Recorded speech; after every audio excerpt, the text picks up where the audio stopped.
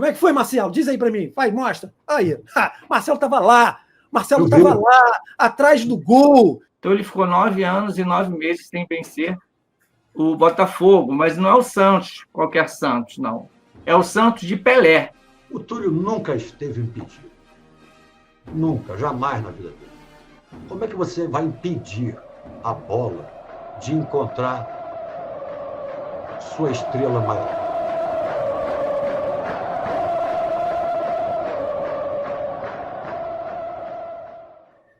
E aí, galera? Estamos de volta. Botafogo História. Ontem, hoje, para sempre. Rapaziada, eu sou Eduardo Santos.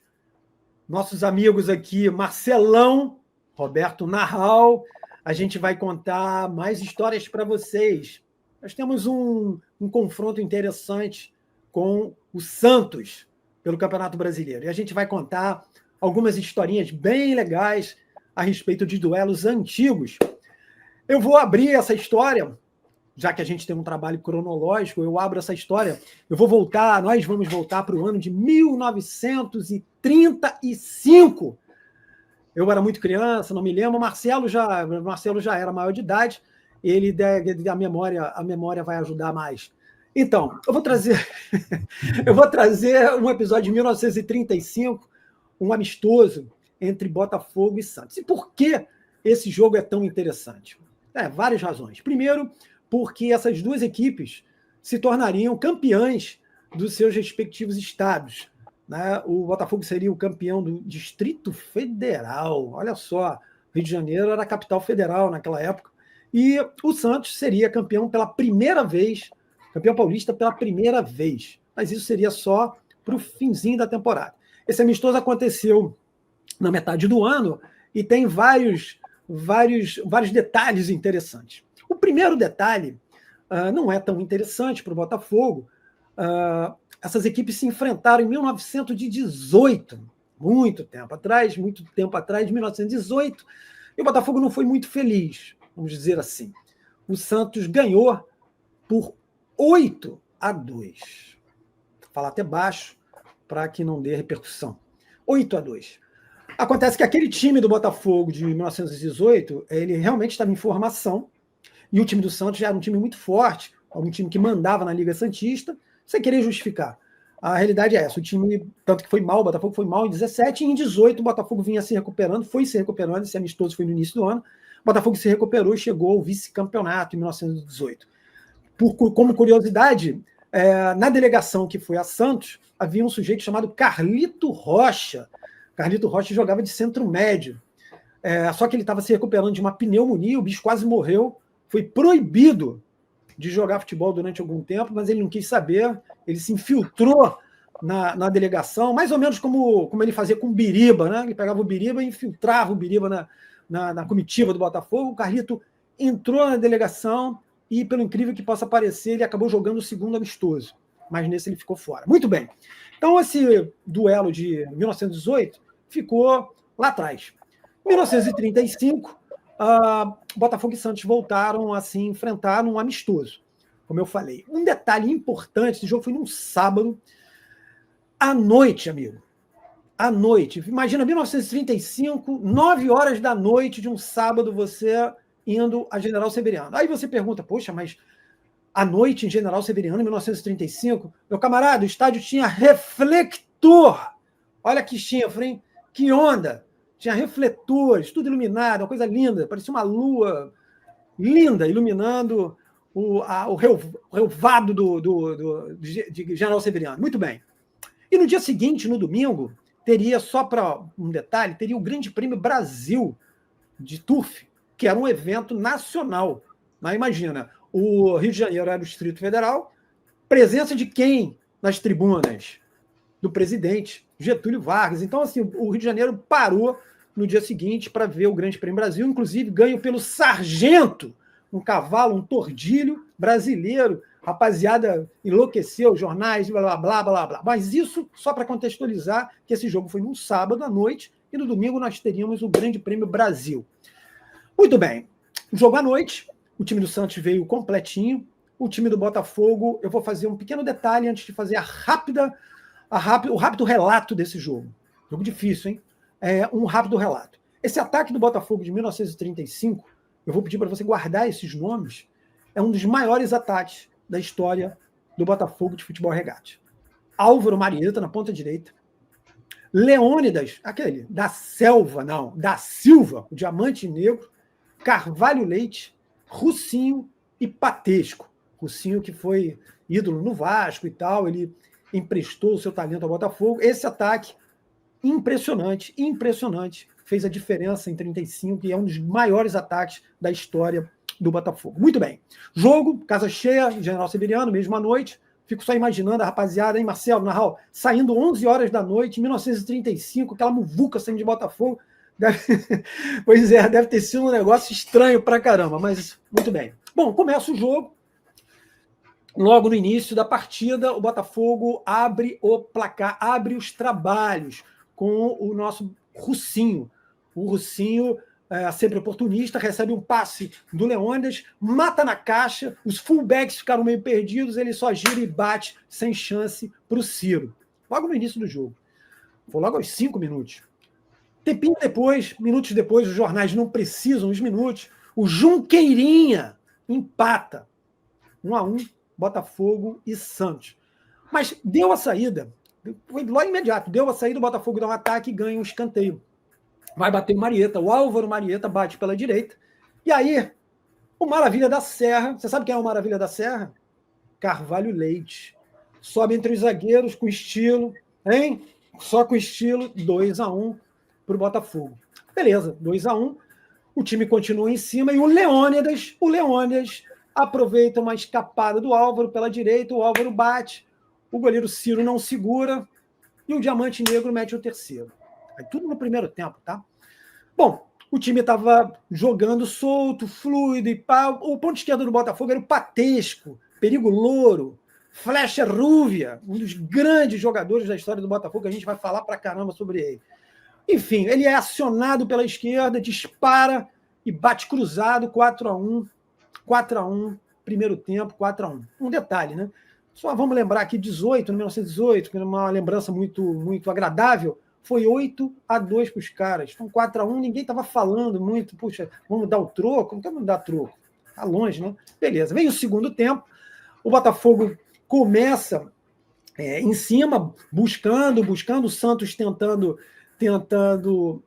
compensar isso, e o Leônidas aproveita, como diria um narrador famoso dos anos 70, 80 aqui no Rio, Valdir Amaral, bololô na área.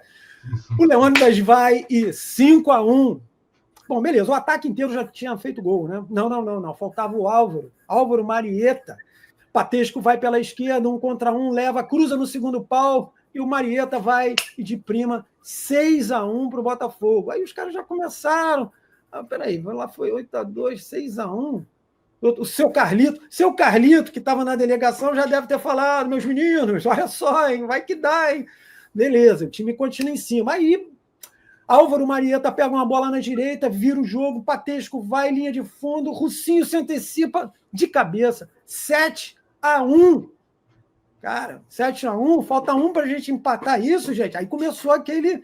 Hoje sim, o time do Botafogo vai para cima, há uma confusão na área, bola lançada, Melê, aquela confusão toda, e Carvalho Leite, 8-1. Poxa, 8-1, cara. Que beleza. 1918 foi 8-2 para os caras. Que maravilha. Tá acabando o tempo, tá fechando o tempo. Só que o Junqueirinha, cara, danado, vai lá e faz o segundo.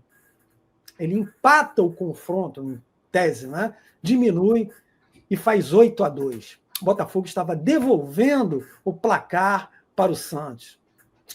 Negativo, meu querido. Devolvendo não, porque ainda tinha tempo e o Botafogo ainda tinha Carvalho Leite. Escanteio, aquela confusão, vai que vai. Os jornais, gozado que os jornais dizem que quem bateu esse escanteio foi o Afonso, o Alf direito. Tenho minhas dúvidas, hein? Porque o Álvaro era o batedor oficial de escanteios. Pode ser que tenha rolado um joanete ali, sei lá, o calo devia estar apertando, talvez.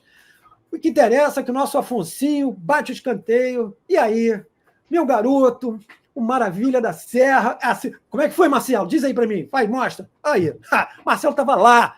Marcelo estava lá, atrás do gol, quis invadir o campo, 9-2, 9-2, quis não, é um cara disciplinado, 9-2 para o Botafogo, gente, 9-2. Ou seja, aquela derrota, vamos dizer, aquela infelicidade de 1918 que os caras aplicaram no 8-2, foi paga e ainda com um troco. O Botafogo ainda colocou um troco e o Botafogo vence o futuro campeão paulista, não é um time qualquer não, hein?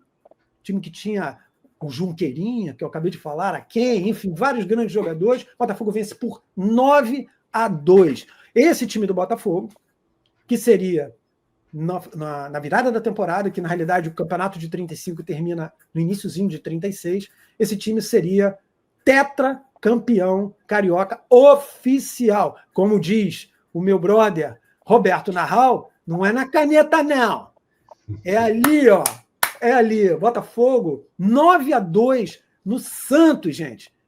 E não esqueça, hein? O Sargento ganhou o Grande Prêmio Brasil no dia seguinte, algo absolutamente importantíssimo para a nossa humanidade. Bom, pela cronologia do tempo, essa foi a minha historinha, espero que você tenha gostado, né? Um jogo duro.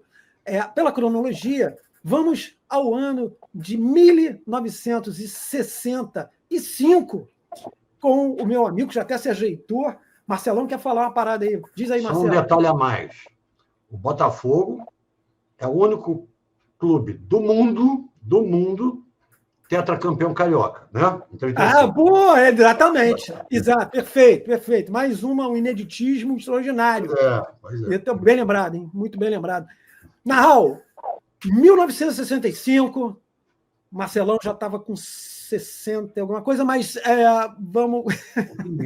Um pouco menos. 1965, eu vou passar a bola para você, vou jogar aquela bola do tempo, a bola vai viajando de 1935, 30 anos depois, mata no peito e vai, Narral.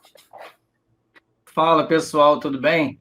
Então, o jogo que eu vou falar é um jogo que aconteceu em 1965, no dia 10 de janeiro de 1965, que é o jogo válido ainda pelo torneio Rio-São Paulo de 64.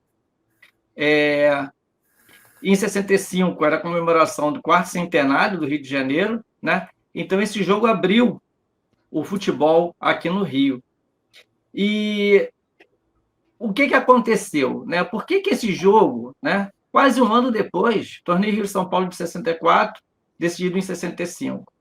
É que o torneio Rio-São Paulo de 64 teve um campeonato, o regulamento bem simples, né? Todos contra todos, turno único, quem chegar na frente é o campeão. E o que aconteceu? Botafogo e Santos, eles empataram em pontos, 14 pontos cada um. O Santos estava com a faca e o queijo na mão, faltavam 2 jogos, ele jogaria contra o Botafogo e depois contra o Flamengo. Ele venceu o Botafogo e foi a 14 pontos. O Botafogo tinha ainda 8 pontos. E o Santos jogava pelo empate contra o Flamengo. Perdeu. E deu a chance ao Botafogo, que ainda tinha 3 jogos, teria que vencer, e venceu. E aí chegou aos 14 pontos. Bom, tem partida de desempate, tem melhor de 3, não tem, isso ainda em 64. E o presidente do Santos, que era o Atier Jorge Cury, ele não queria, nem na semana seguinte, e nem após o torneio que haveria entre as seleções, a Taça das Nações, que aconteceu aqui no Brasil, ele não queria. E, na verdade, ele queria que dividisse o título, né? Já era a intenção dele. E aí acabou que, em janeiro de 65,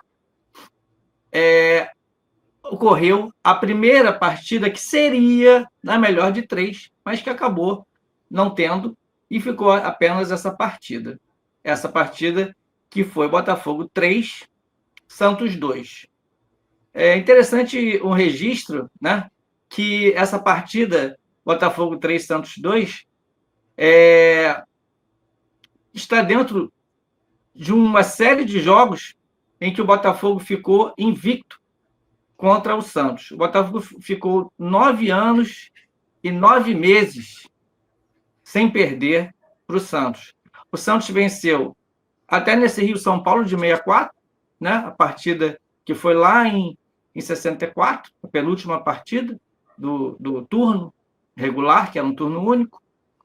E ele só foi vencer em 74 no Campeonato Brasileiro. Então, ele ficou 9 anos e 9 meses sem vencer o Botafogo, mas não é o Santos, qualquer Santos, não. É o Santos de Pelé. São 12 partidas, 6 vitórias do Botafogo, 6 empates, e nessas 12 partidas, o Pelé só não jogou em uma, que foi a partida de 69, do torneio Roberto Gomes Pedrosa, que ele estava poupado. Foi a campo, recebeu o prêmio já tinha feito 1000 gols, recebeu homenagens, mas não jogou, foi poupado. Então, dessas 12 partidas, Pelé esteve em 11 e o Santos ficou esse tempo sem vencer o Botafogo. E essa quantidade de partidas, 12 partidas. Bom, e o jogo? O jogo aconteceu no horário não muito propício para o Rio de Janeiro. Todos da imprensa, a própria torcida, não gostaram do horário escolhido, 18 horas, que não era um horário comum para jogos aqui no Rio de Janeiro, num domingo. O dia estava chuvoso, dá para observar, né, nas fotos, muitos torcedores com guarda-chuva, na geral, e o jogo passou ao vivo na TV Continental, extinta TV Continental, passou ao vivo aqui para o Rio de Janeiro, o antigo Canal 9, TV Continental. A arrecadação não foi das melhores, por esses motivos, né? TV ao vivo, a chuva o dia inteiro, 18 horas, e a arrecadação foi de 26 milhões. Se esperava muito mais. Para se ter uma ideia, cada clube recebeu da Secretaria de Turismo da Guanabara a cota de 25 milhões de cruzeiros. E os jornais dizem que a Secretaria de Turismo acabou ficando no prejuízo, porque cada clube recebeu 25 milhões e o que entrou de arrecadação, 26 milhões. Bom, e o jogo, né? O Botafogo, ele jogou num 4-3-3, com a defesa bem sólida, o meio-campo dominando tranquilamente, armando as jogadas tranquilamente, com precisão, e o Jairzinho alucinando a defesa do Santos, né?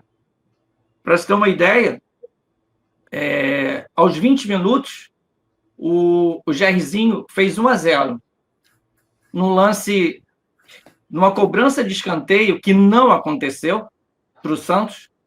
Houve um corte e o Arlindo passou para o Gerson, o Jairzinho passou para o Gerson passou para o Jairzinho de novo, que partiu correndo, feito uma flecha, pegou a bola lá na entrada da área, chutou, meio que bateu no jogador do Santos, o Haroldo, voltou para ele, uma coisa muito rápida, e ele fez o gol. 1-0 aos 20 minutos.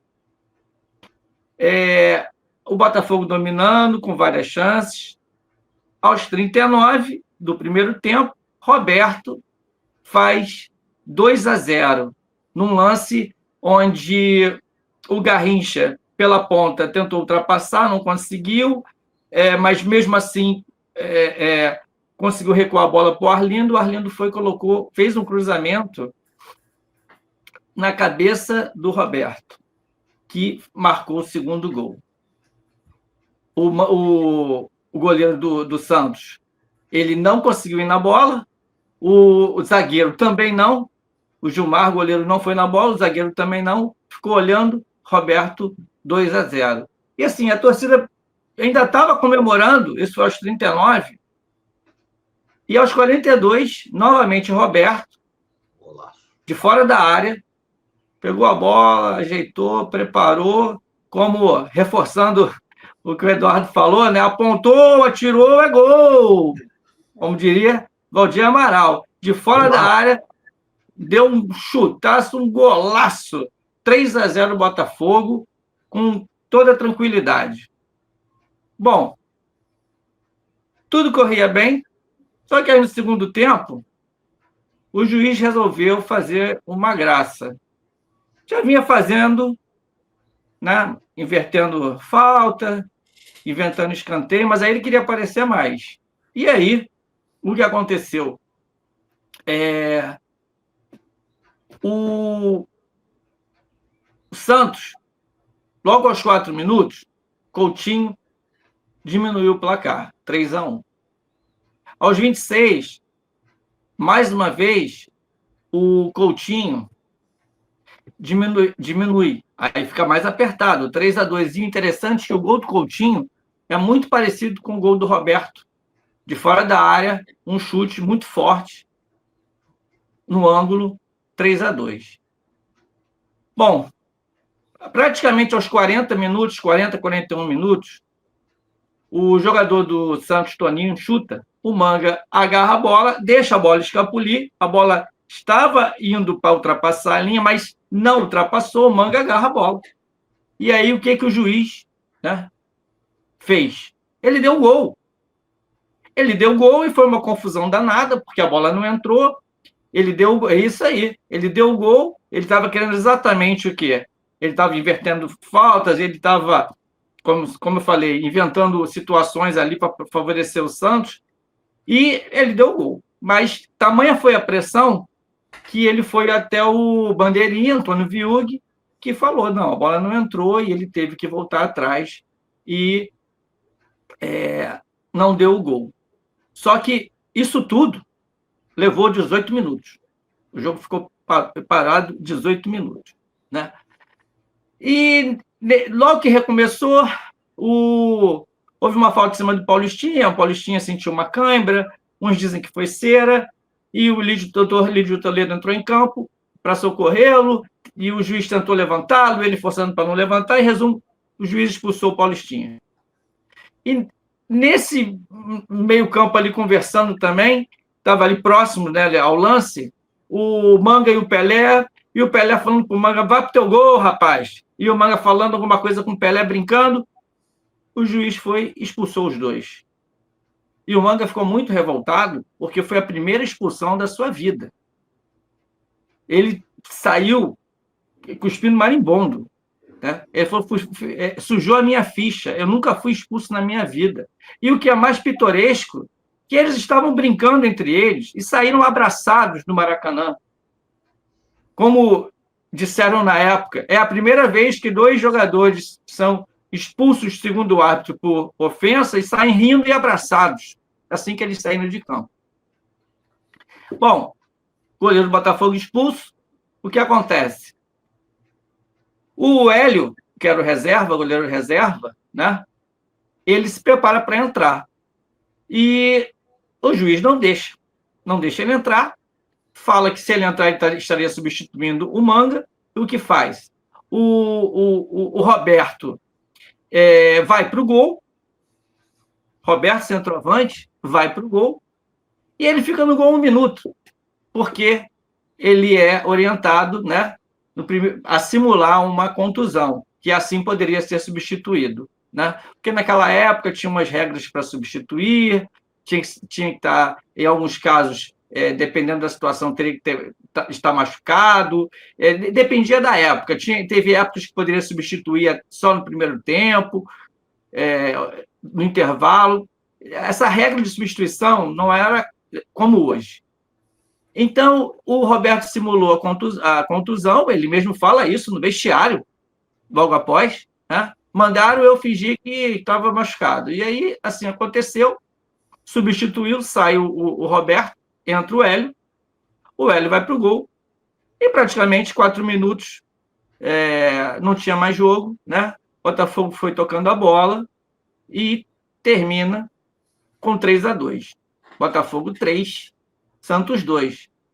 Acabou que o Botafogo ia viajar no dia seguinte para o Peru, o Santos para o Chile, não tinha mais data, acabou que não teve o segundo jogo.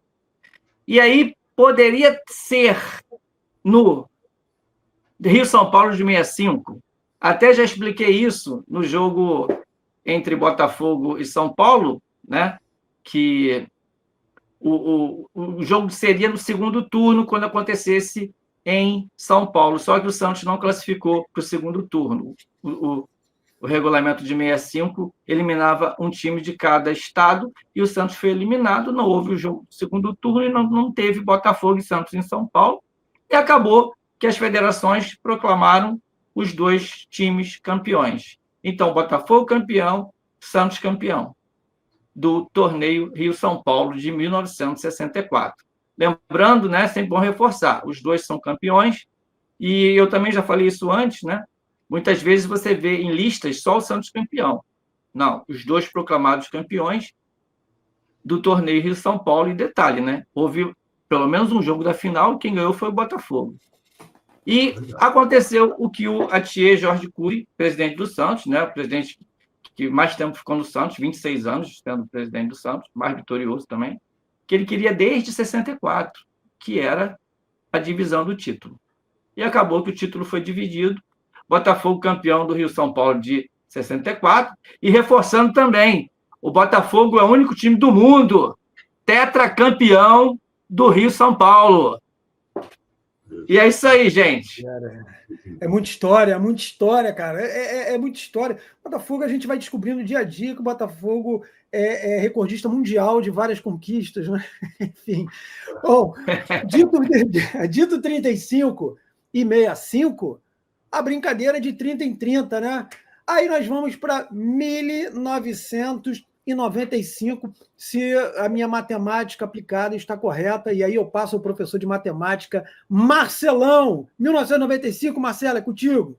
É isso aí, Edu. 95, campeão brasileiro, e espero que a gente faça um novo Botafogo e Santos de campeão em 2025, né? Essa de 30 em 30. Vamos ver, né? Maravilha, hein? Pois é. O Campeonato Brasileiro de 95 tinha 24 times, dividido em 2 grupos de 12. O Botafogo ficou no grupo A. Na primeira fase, os clubes jogavam dentro do próprio grupo. Então, eram 11 jogos, né? No grupo A do Botafogo, quem terminou em primeiro foi o Cruzeiro. O Botafogo terminou em quinto. No grupo B, foi o Fluminense em primeiro. E esses primeiros colocados já estariam direto nas semifinais do Brasileiro.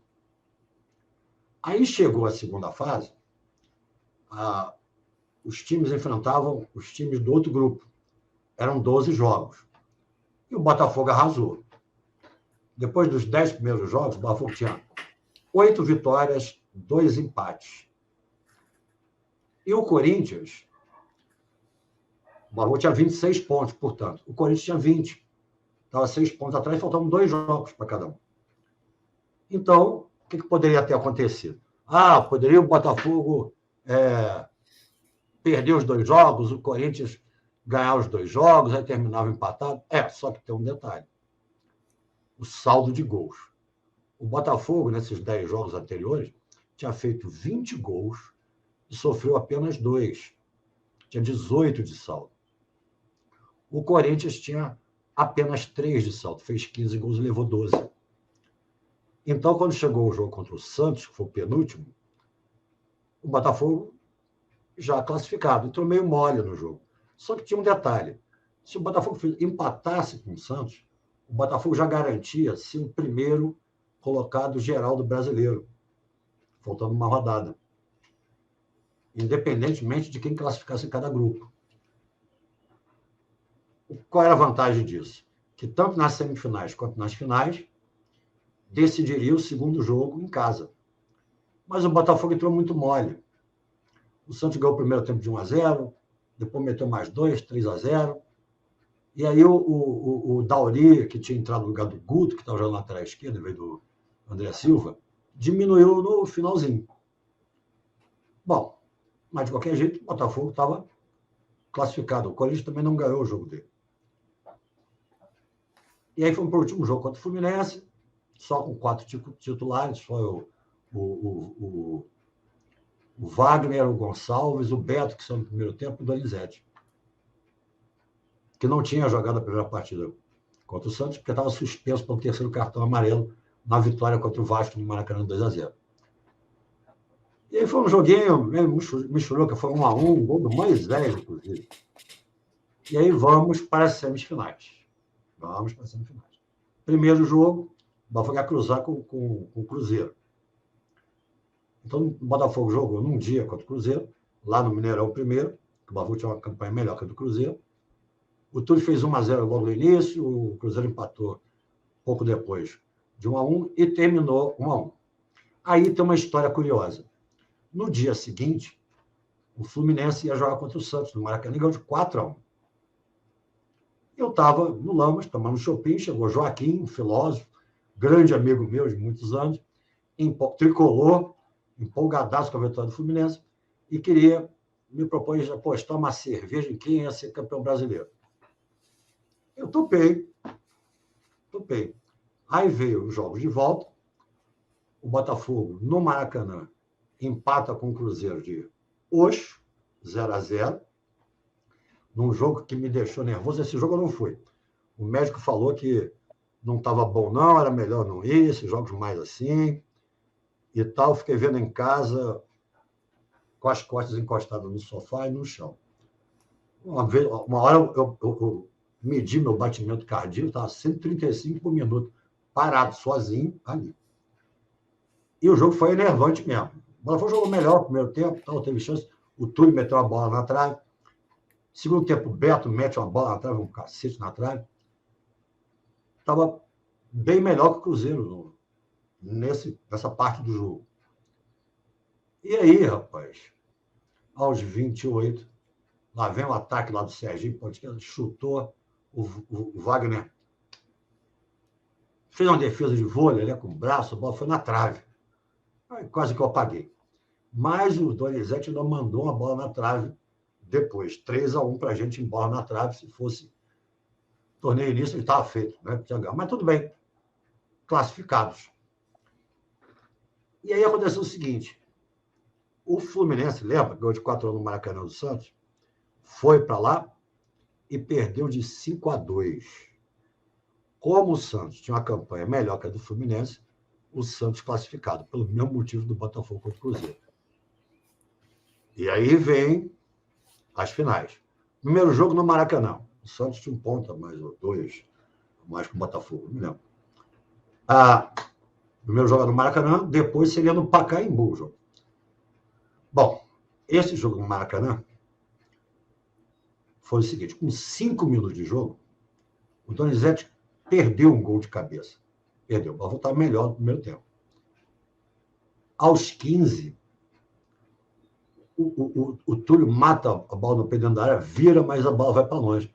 Estava bem colocado para fazer o gol. E aos 18, o que acontece? Cobrança de escanteio, o Gotardão vai lá e vral! 1-0 o Botafogo. A torcida vibrou e tal. Mas, aos 38 minutos, uma bobeira do Donizete, perdeu a bola no meio de campo, o cara enfiou para o Giovani, e o Giovani empatou o jogo aos 38. Aí o Botafogo foi para cima. Aos 41, um chute perigosíssimo do Beto. Aos 41, aos 42, na verdade, o árbitro deu uma falta no Sérgio Manuel, que ficou com a bola e enfiou para o Túlio sozinho dentro da área. O Edinho, goleiro do Santos, que era filho do Pelé, ainda ficou meio assim, vou, não vou, porque ele marcou a falta vencida do Sérgio Manuel. O Túlio jogou sim a bola para dentro do gol, mas aí já o Edinho nem foi na bola, nem nada. E aí o Botafogo poderia ter feito 2-1. Mas na cobrança da falta, a bola bate na barreira, vai para escanteio. Bate-se o escanteio. Donizete tenta fazer de cabeça, raspa só na bola. A bola bate na coxa do Giovani, do Santos, que tinha feito o gol, e sobra no segundo pau, para o rei do segundo pau, que era o Túlio, empurrar lá para dentro. Ele sai comemorando, homenageando o Pelé, fez gol no filho dele, né? De um jeito assim, muito desenchabido, assim, meio sem jeito, tentando imitar o Pelé, mas carregado pela torcida. Né? No segundo tempo, aí a coisa já ficou um pouquinho mais dura do Botafogo. Com 1 minuto, o Donizete entra na cara do gol e perde um gol feito. Tudo bem. Ele até estava com um pouco ângulo, chutou meio cruzado assim, o Beto entrou de carrinho e não conseguiu. E aos 12, aí foi a vez do Santos. O Jamel entrou sozinho na trave, um travessão, uma paulada. E foi rolando assim, um troca-troca. Aos 20 minutos, um cruzamento, o Túlio cabeceia para baixo. O Edinho adivinha o canto e consegue evitar o terceiro gol do Botafogo. Daí para frente, não teve mais nenhum lance assim, muito importante, não. Acabou o jogo, 2-1 Botafogo.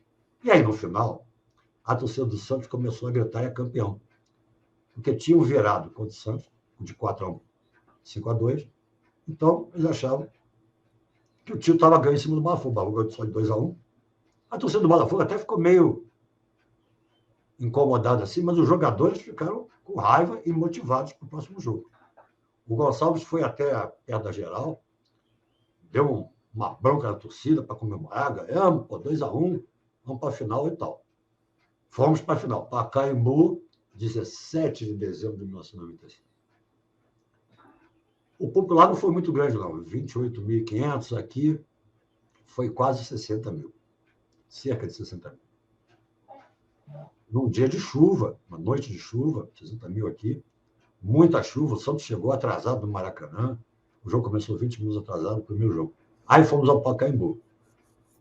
Boa torcida. Bom, o jogo estava muito amarrado no primeiro tempo. Troca daqui, troca da lá, com um detalhe. Donizete,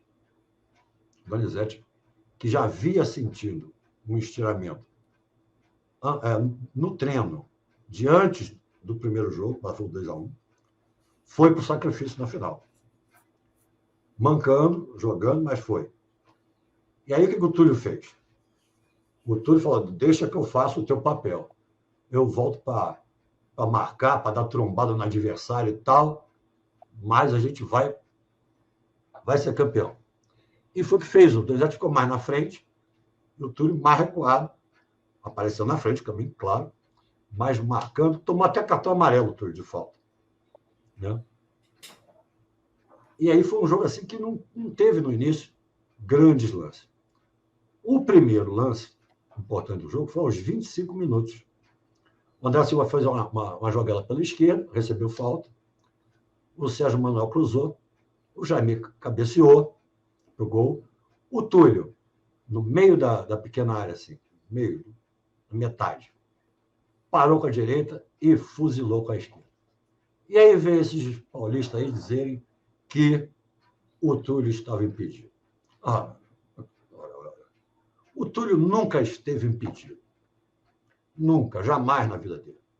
Como é que você vai impedir a bola de encontrar sua estrela maior? Seu craque? Não pode, não tira. Pum, saco, 25 minutos. Aí o Santos foi para cima. Foi para cima, aos 35, quase teve um gol do Santos também, na cobrança de escanteio.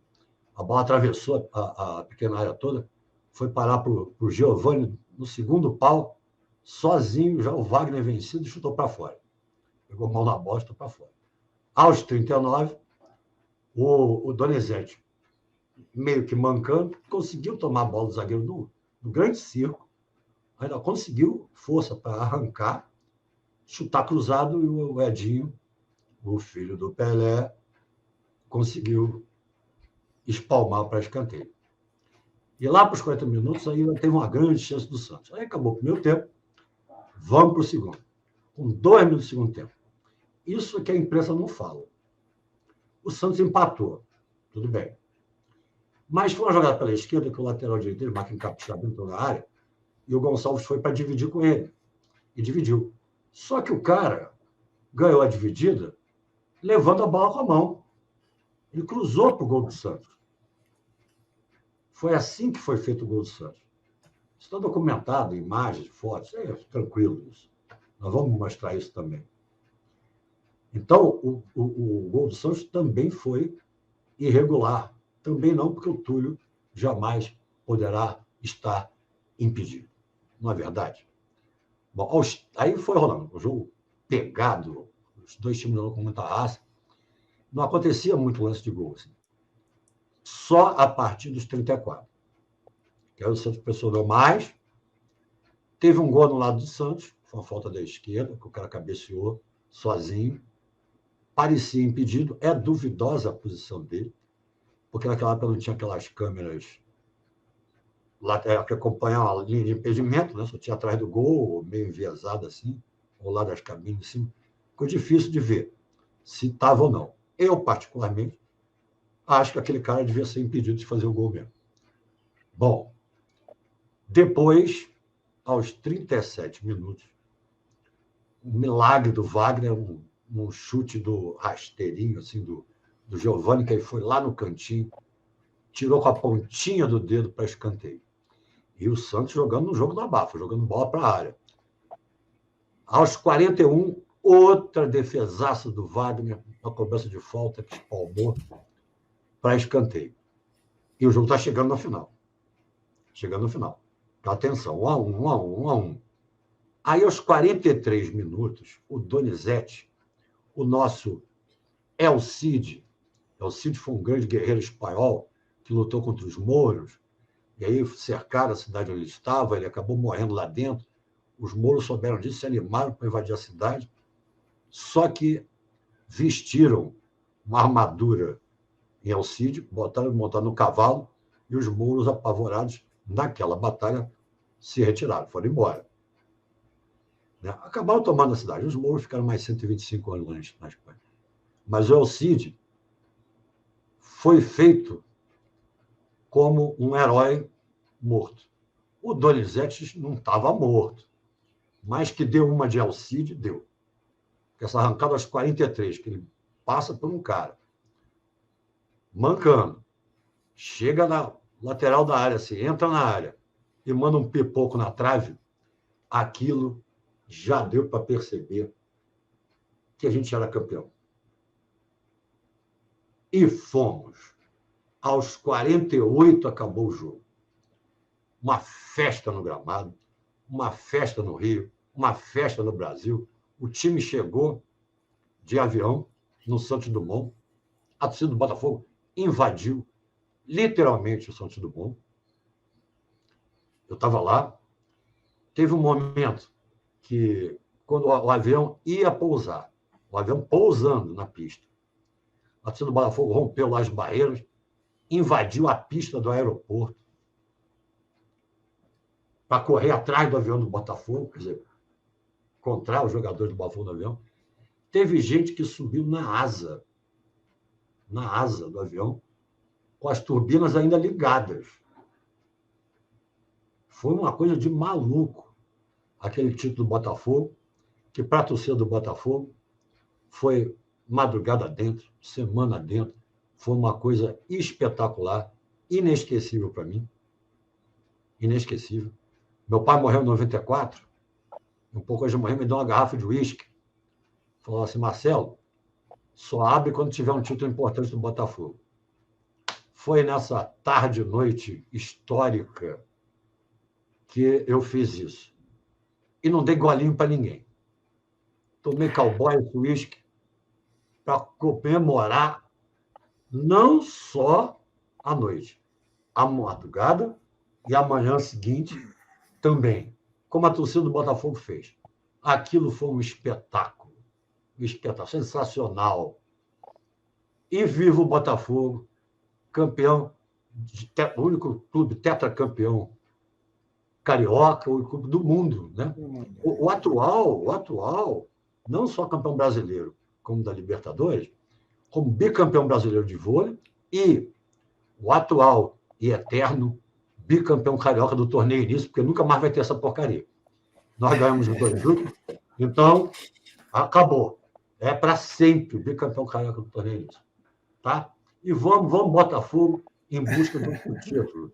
Se você gostou do papo, aperta lá o sininho para receber nossas notificações e informações de novos vídeos. Dê aqueles likes bacanas, sorriso, para comemorar outros títulos do Botafogo. E vamos lá, Botafogo, campeão. Rapaziada, o Marcelo se empolgou, já falou do sininho, mas a gente vai falar primeiro o seguinte: se inscreva no canal se você realmente curtiu esse material. A gente está começando uma trajetória. Nós precisamos muito da ajuda de vocês, porque vocês sabem como é que funciona a questão do YouTube, algoritmo, essa ladainha que realmente é verdade. Para ele sentir a relevância do conteúdo, ele precisa de uma movimentação, o famoso AUE, né, no YouTube. Então, se você curtiu, se inscreve no canal. Aliás, eu já quero agradecer, rapaziada, rapidamente, a gente está chegando a 500 inscritos, muito rápido mesmo, a gente tem umas certas limitações na parte de divulgação. Queria agradecer a todos vocês que se inscreveram, já se inscreveram no canal, e agradeço a você também, que vai se inscrever. Então, você está olhando para a gente, vai falar, pô, eu vou me inscrever. Como diria o outro, eu vou se inscrever. E é o seguinte, se inscreve, compartilha com o brother seu, Alvinegro, manda o material para ele, manda o conteúdo para ele. Aí, isso, lá, se inscreve lá. Não escreve lá. E em relação ao sininho, o sininho do Marcelo, vai com vontade, cutuca mesmo o sininho do Marcelo, e você vai ter as novas informações quando a gente postar os vídeos, beleza? Aquele like, muito obrigado a vocês que já se inscreveram, que estão curtindo, e vamos cair dentro até o próximo vídeo, a gente vê vocês. Tamo junto, galera! Fiquem bem, um abraço a todos aí, se cuidem!